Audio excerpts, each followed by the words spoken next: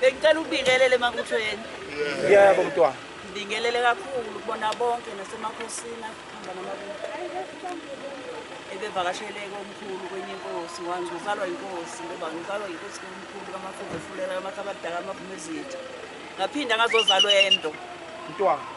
Enhlazulu. Mntwana. Ngilana nje kuhlungu umoyeni wami uhambile. Kodwa-ke bengeke kusahlehle umcimbi. Mntwana. Ngicela ukuphakamisa nje kakhulu ngiyabonga.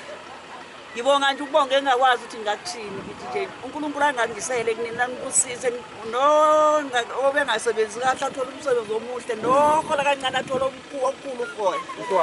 Nabahola okukhulu bakwande eqhubeke phambili mafundisi. Akekho abantu abangithanda kangako. Ngiyangithanda mafundisi. Ngiyangithanda ngazi ngabonga ngithini mafundisi. Ngicela ukubonga nje noma senihamba-ke uNkulunkulu anihambise kahle nifike kahle emakhaya.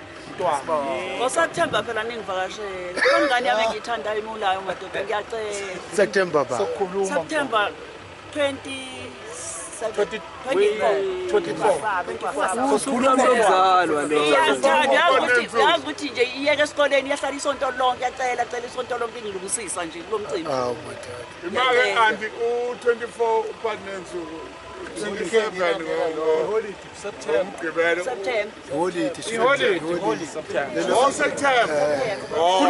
Kulungile mntwana. Ngoba ilanga liyashona sizoxoxa ngoba sikhona thina singane zakho. Nina nonke ningibongele nasemakhaya emathongweni yenu. Yebo. Akekho abantu abenza into enjenganale. Dabezethu. Asingenele induna zokushisa. Siyabonga sicela induna.